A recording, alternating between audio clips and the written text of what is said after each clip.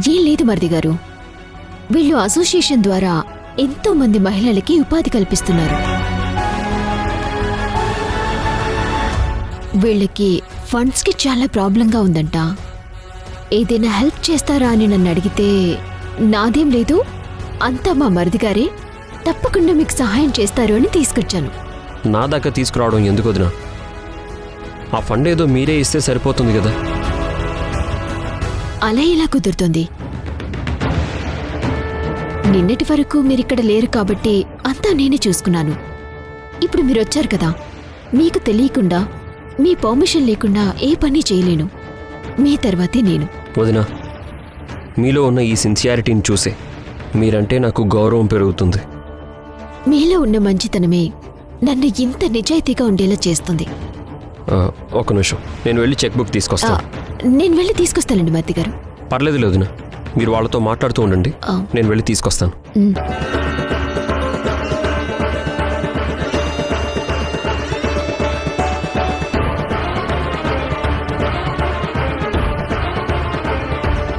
ఇట్రండి.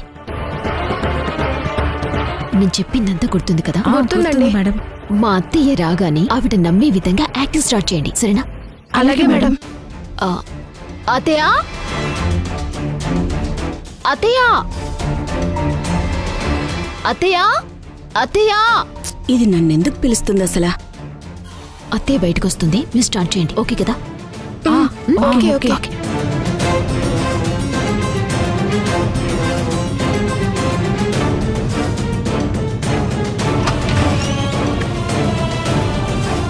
ఆవిడొచ్చేస్తుంది, start చేయండి. సాయంత్రం మా ఇంట్లో ఫంక్షన్ ఉంది, మీరు తప్పకుండా రావాలి. అయ్యో, తప్పకుండా వస్తానండి. వీళ్ళంతా ఎవరు?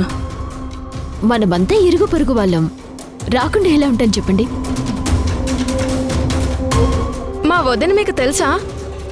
అయ్యో, ఎందుకు తెలీదండి? మీరేమో పక్కింటి ప్రమీల గారు, ఈవిడేమో ఎదురింటి సునీత గారు, తనేమో సరోజ గారు. ఏమండి సరోజ గారు, మీ చెల్లెలు నెల తప్పిందంట కదా, ఇప్పుడెలా ఉంది? బాగుందా? బాగుందండి. మన మధ్య పరిచయం లేకపోయినా మా గురించి బాగా తెలుసుకున్నారు. అయ్యో, మనమంతా పక్కపక్కనుండేవాళ్ళం, తెలుసుకోకుండా ఎలా ఉంటాం? సరే, మీరు ఇక్కడే ఉండండి, నేను మీకు కాఫీ తీసుకొస్తాను. అలాగేనండి. కూర్చోండి కూర్చోండి కూర్చోండి.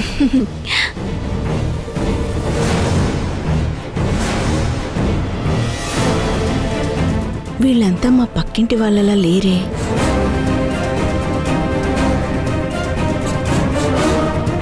అమ్మో, యశ్ వస్తున్నాడు. వాడి ముందు నాకు వీళ్ళెవరో తెలియదనంటే నాకు నిజంగానే పిచ్చిందని నమ్ముతాడు. వాడికి నేను బానే ఉన్నానని తెలియాలంటే వీళ్ళు మా పక్కింటి వాళ్ళే అని నేను మాట్లాడాలి. అయినా ఇప్పుడు ఎవరైతే నాకెందుకు, బొట్టు పెట్టడానికి వచ్చారు, వెళ్ళి పలకరిస్తే అయిపోతుంది. ప్రమీల గారు, ప్రమీల గారు బాగున్నారా? ఏమండి సునీత గారు, మీరు బాగున్నారా? సరోజ గారు, మీ చెల్లి నెల తప్పిందంట కదా, ఇప్పుడెలా ఉంది? బాగానే ఉందా?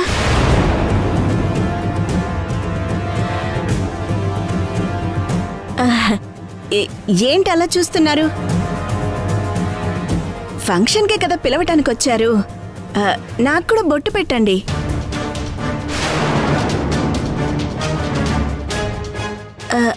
కుంకుమ భరణేది? అమ్మా, వీళ్ళకి ముందే తెలుసా? నాకు తెలియకపోవటం ఏంట్రా? ఈవిడ మన పక్కింటి ప్రమీల గారు, తను మన ఎదురింటి సునీత గారు, ఈవిడేమో సరోజ. తన చెల్లెలు ప్రెగ్నెంట్ అయితే మనల్ని పిలవడానికి వచ్చారు, అంతే కదండి? మీ అమ్మగారేంటండి ఏదేదో మాట్లాడుతున్నారు? అమ్మా, వీళ్ళు మన పక్కింటి వాళ్ళు ఎదురింటి వాళ్ళు కాదమ్మా, ఉమెన్ వెల్ఫేర్ అసోసియేషన్ మెంబర్స్. వాళ్ళు ఫండ్స్ కోసం ఇలా మన ఇంటికి వచ్చారు. ఏం మాట్లాడుతున్నావురా? ఇందాకే కదా వీళ్ళు మీ వదినకి బొట్టు పెట్టి సాయంత్రం ఫంక్షన్కి రమ్మని పిలిచారు. మీ వదిన కూడా వస్తానని చెప్పిందిరా. లేదమ్మా, నువ్వేదో పొరపాటు పడుతున్నావు. నేను పొరపాటు పడ్డం ఏంట్రా? నేను కళ్ళారా చూశానురా. వీళ్ళు మన పక్కింటి వాళ్ళేరా? కాదమ్మా, నేను చెప్పేది నిజం. లేదురా, నేను చెప్పేది నిజంరా. కావాలంటే ఇప్పుడే నీ ముందే నిరూపిస్తాను చూడు. మధు, ఒసే మధు, ఎక్కడ సచ్చావే? త్వరగా ఇలారా. రే యష్, నీకిప్పుడే నిరూపిస్తాను చూడు. ఏంటత్తయ్య? మీ వదిన మొహాన వాళ్ళు పెట్టిన బొట్టు ఉంటుంది చూడ్రా.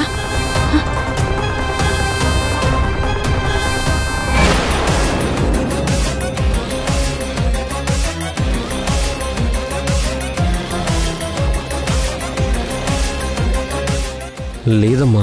బొట్టు ఇదేంటి?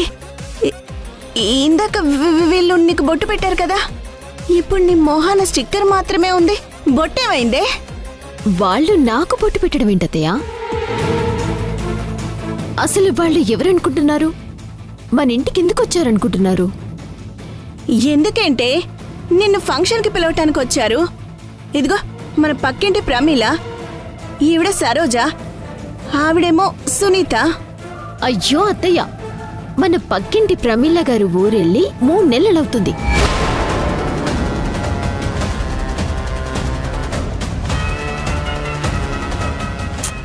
సునీతక్క ఇల్లు ఖాళీ చేసి వెళ్ళిపోయి 2 నెలలవుతుంది. అసలు వాళ్ళు మన ఇంటికి ఎందుకు వస్తారు? ఏమంటున్నావే? ఇందాక నా కళ్ళ ముందే కదా నువ్వు వాళ్ళతో బొట్టు పెట్టించుకొని ఫంక్షన్కి వస్తానని చెప్పావు. ఎప్పుడెందుకే ఇలా రివర్స్ లో మాట్లాడుతున్నావు? లేదత్తయ్య, నేను కరెక్ట్ గానే మాట్లాడుతున్నాను. మరిది గారు, అత్తయ్య గారికి మీరేంటి చెప్పండి.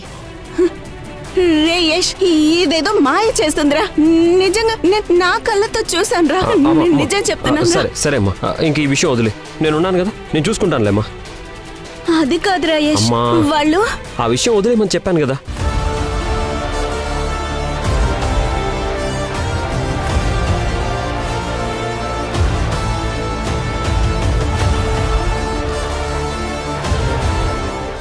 మీ అమ్మగారి మానసిక పరిస్థితి ఏం బాగోలేనట్టుంది సార్, మాకు అర్థమవుతుంది.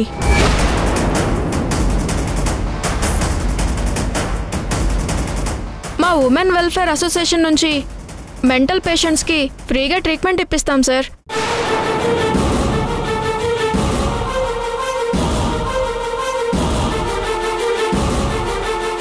అవును సార్, మీకు అభ్యంతరం లేకపోతే మీ అమ్మని మా రిహాబిలిటేషన్ సెంటర్లో జాయిన్ చేయండి సార్. ఎవరికి మెంటలు? ఇక్కడ పిచ్చి పిచ్చిగా వాగారంటే మీ పళ్ళు రాళ్ళ కొడతాను. అసలు మీ పళ్ళు రాళ్ళ కొడతాను. అమ్మ ఉండమ్మా, ఏం చేస్తున్నావు?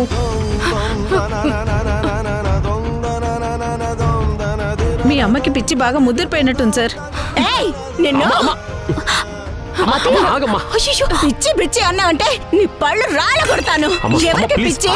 ఏంటమ్మా నువ్వు? లేకపోతే చూడరా, నాకు పిచ్చి పిచ్చి అని నోటుకొచ్చినట్టుగా మాట్లాడుతున్నారు. ముందు అర్జెంటుగా వీళ్ళని కొంచెం పంపించేరా.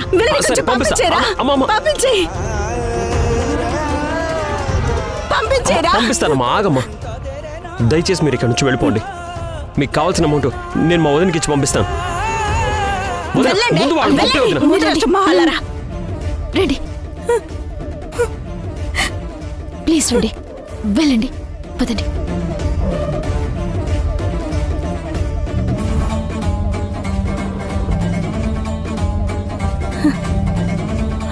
రే యష్, వీళ్ళు మన పక్కింటి వాళ్ళు కాదని నాకు ముందే తెలుసురా.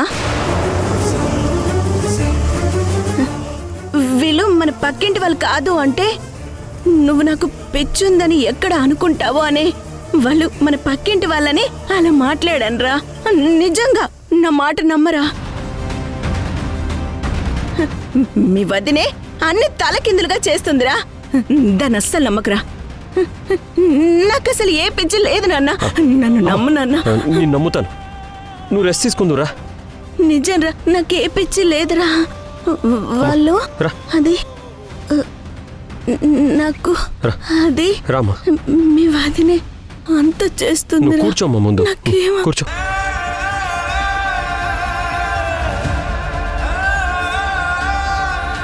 నువ్వు ముందు టాబ్లెట్ వేసుకో.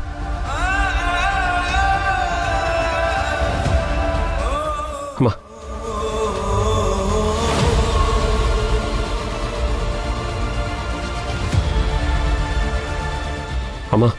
నువ్వు ప్రశాంతంగా పడుకోమా, దేని గురించి ఆలోచించుకో.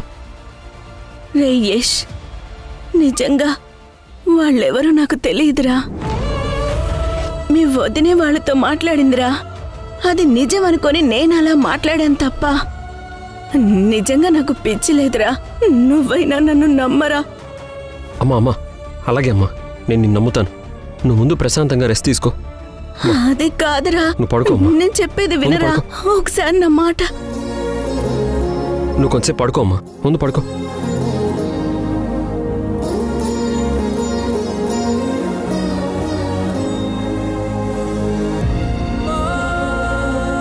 ప్రశాంతంగా పడుకోమ్మా.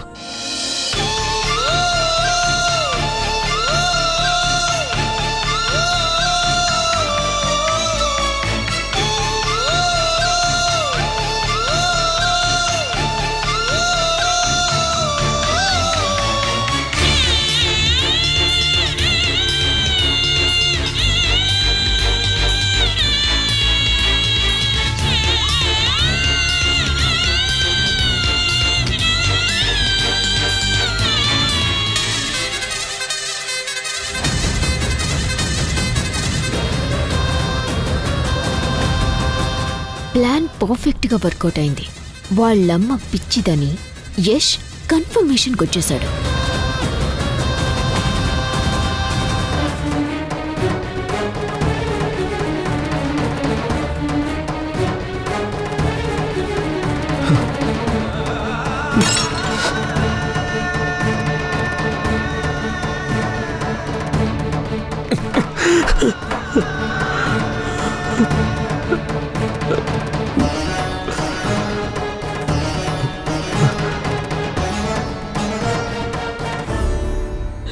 ఎలా ఉంటే మా ఎలా అయిపోయింది.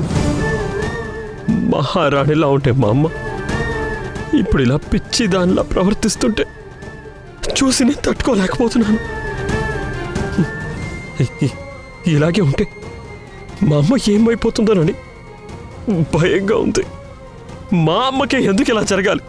మా అమ్మ ఏం పాపం చేసిందని తనకే ఇలాంటి పరిస్థితి కల్పించావు.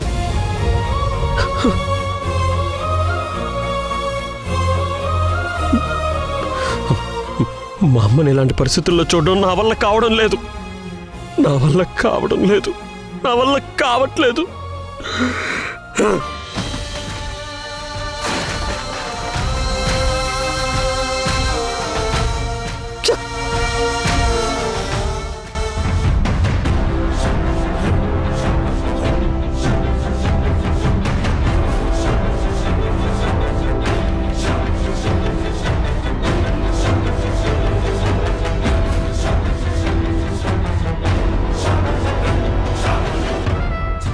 మరిది గారు, ఏంటిది? ఏమైంది మీకు? మీకేమైనా పిచ్చా? ఎందుకలా చేస్తున్నారు? మా అమ్మ కండిషన్ చూస్తుంటే బాధగా ఉంది వదినా. అమ్మ మెంటల్ బ్యాలెన్స్ పూర్తిగా కోల్పోతుంది.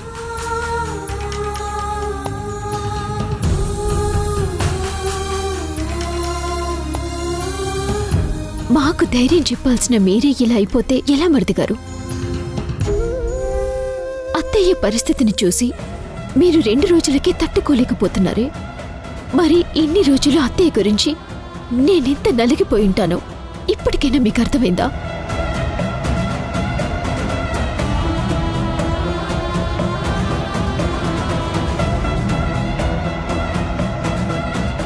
బాధపడకండి మరిది గారు. అత్తయ్యకి ఏం కాదు, మనం బాగా చూసుకుందాం.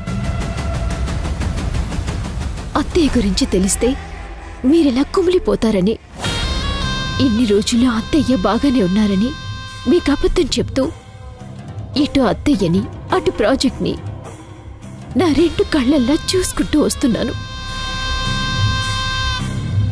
ఇప్పుడు అత్తయ్య పరిస్థితి ఏంటో మీకు మొత్తం తెలిసిపోయింది కదా. ఇక డెసిషన్ ఏంటి అనేది మీరే తీసుకోవాలి. వదినా, ఇక నుంచి ప్రాజెక్ట్ బాధ్యతలు టోటల్గా మీరే చూసుకోండి. మా అమ్మ బాధ్యత మొత్తం నేనే చూసుకుంటాను. తనకు అండగా ఉండి తనకేమీ కాకుండా నేనే చూసుకోవాలి. నేనే చూసుకుంటాను. మరిది గారు,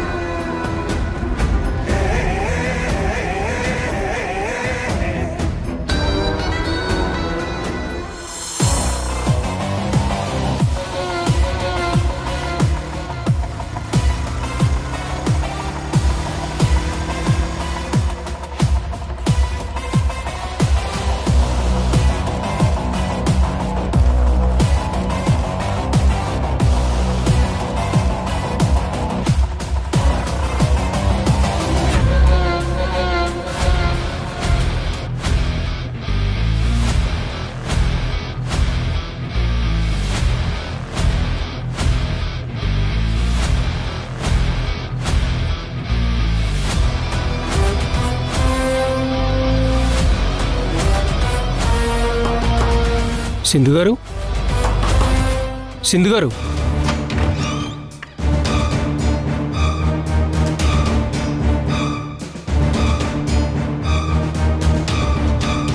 ఎవరు మీరు?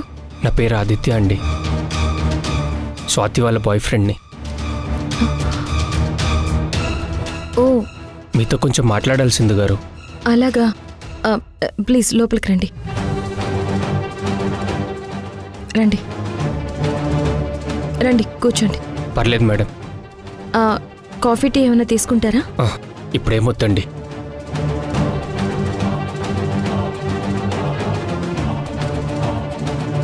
తీసుకోండి మేడం. ఏంటిది? స్వాతిది నాది పెళ్లి శుభలేకండి.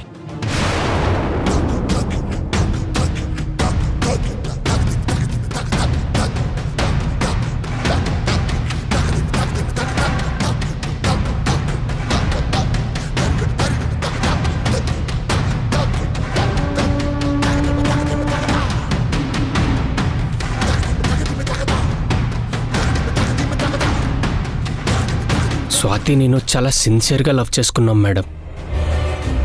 ఇద్దరికి ఒకళ్ళంటే ఒకరికి ఎంతో ఇష్టం, ప్రాణం కూడా. మా ప్రేమ విషయం మా పెద్దవాళ్ళకి చెప్పి వాళ్ళని ఒప్పించి పెళ్లి డేట్ కూడా ఫిక్స్ చేసుకున్నాం మేడం. ఇంకో వారంలో మా పెళ్ళుందనగా స్వాతి ఏదో ప్రాజెక్టుకి సంబంధించి కేసు ఇన్వెస్టిగేషన్ ఉందని పెళ్లి టైం కల్లా వచ్చేస్తానని చెప్పి వెళ్ళింది మేడం. కానీ ఇంతవరకు రాలేదు. సారీ ఆదిత్య, స్వాతి నాకు హెల్ప్ చేయడం కోసమే నేను చెప్పిన పని మీదే ఇన్వెస్టిగేషన్ స్టార్ట్ చేసింది. కానీ తను మ్యారేజ్ ఫిక్స్ అయిన విషయం, వారంలో తన పెళ్లి జరగబోతుందన్న విషయం నాతో చెప్పలేదు. ప్రాజెక్ట్ కేసు ఇన్వెస్టిగేషన్ చేస్తూ సడన్గా మిస్ అయింది. ఆ విషయం నాకు తెలుసండి. స్వాతి మిస్ అయినట్టు మీరు పోలీస్ కంప్లైంట్ ఇచ్చిన విషయం కూడా నాకు తెలుసండి. ఎలా తెలుసు? పోలీసులు స్వాతి కేసు గురించి నా కోసం మా ఇంటికి వచ్చారు మేడం. అప్పుడే నాకు అన్ని విషయాలు తెలిసాయి. స్వాతి మిస్ అయినట్టు ఎవరు కంప్లైంట్ ఇచ్చారని పోలీసులను అడిగితే ముందైతే చెప్పలేదు. మా పెళ్లి విషయం చెప్పి బతిమలాడితే మీ గురించి చెప్పారు మేడం. అందుకే మిమ్మల్ని కలవడానికి వచ్చాను సింధు గారు. అసలు స్వాతి ఎలా ఉందో, ఎక్కడుందో, అసలు బతికుందో లేదో కూడా నాకు భయంగా ఉంది మేడం. బాధపడకు ఆదిత్య, స్వాతికి ఏమీ కాదు, ధైర్యంగా ఉండు. నేను స్వాతి కోసమే వెతుకుతున్నాను. తను నాకు తోబుట్టువు లాంటిది. స్వాతి ఎక్కడున్నా సరే వెతికి తీసుకొచ్చి మీ ఇద్దరి పెళ్లి నేనే దగ్గరుండి జరిపిస్తాను. స్వాతిని వెతికే విషయంలో మీకు హెల్ప్ చేస్తాను మేడం. స్వాతి కోసం మీరు ఏం చెప్పినా చేస్తాను మేడం. ఎప్పుడు రమ్మన్నా వస్తాను. అవసరం అనుకున్నప్పుడు నేనే మీకు కాల్ చేస్తాను. నా నెంబర్ ఫీడ్ చేసుకోండి మేడం.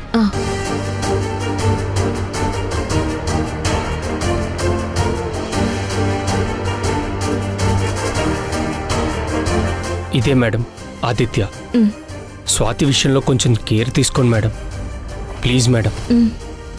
వస్తాను మేడం.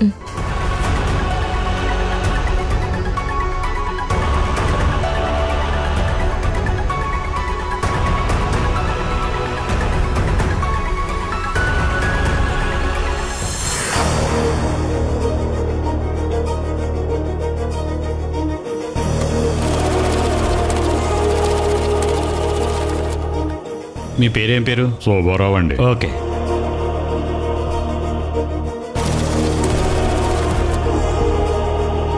మధు మధు సూపర్ మధు, మన టార్గెట్కి దగ్గరగా వచ్చేసాం. మన జాతకాలు నిజంగానే మారబోతున్నాయి. ఇక మనం ఏదంటే అది జరిగి తీరుతుంది. ఫ్లాట్స్ హాట్ కేక్లా అమ్ముడుపోతున్నాయి చూడు.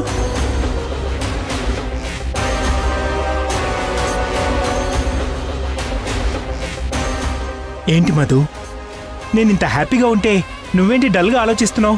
నువ్వు సేల్ అయ్యే ప్లాట్స్ గురించి ఆలోచిస్తున్నావు, కానీ నేను మీ అమ్మ గురించి ఆలోచిస్తున్నా, మీ తమ్ముడి గురించి ఆలోచిస్తున్నా.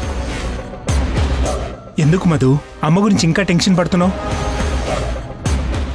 అమ్మ పిచ్చిదని యష్ నమ్మేశాడు కదా. ఇంకా అమ్మ మన గురించి ఏం చెప్పినా వాడు నమ్మడు. అమ్మకి సెట్ అయ్యేదాకా యష్ ఇంక ఏ విషయాలు పట్టించుకోడు. ఇక మనకి ఏ అడ్డు లేదు కదా. మీ అమ్మ పిచ్చిదని మీ తమ్ముడు నమ్మితే సరిపోదు తేజ. మనం అనుకున్నది ప్రతీదీ జరగాలంటే అత్తయ్య మెంటల్ హాస్పిటల్లో జాయిన్ అయి తీరాలి.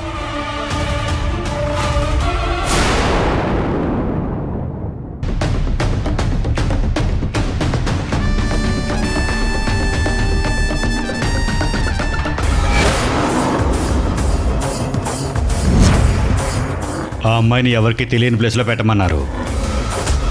కానీ ఆ అమ్మాయి జాగ్రత్త, తనని టార్చర్ పెట్టి ఆ ఎవిడెన్స్ ఎక్కడుందో కనుక్కోండి. ఓకేనా? అలాగే మేడం.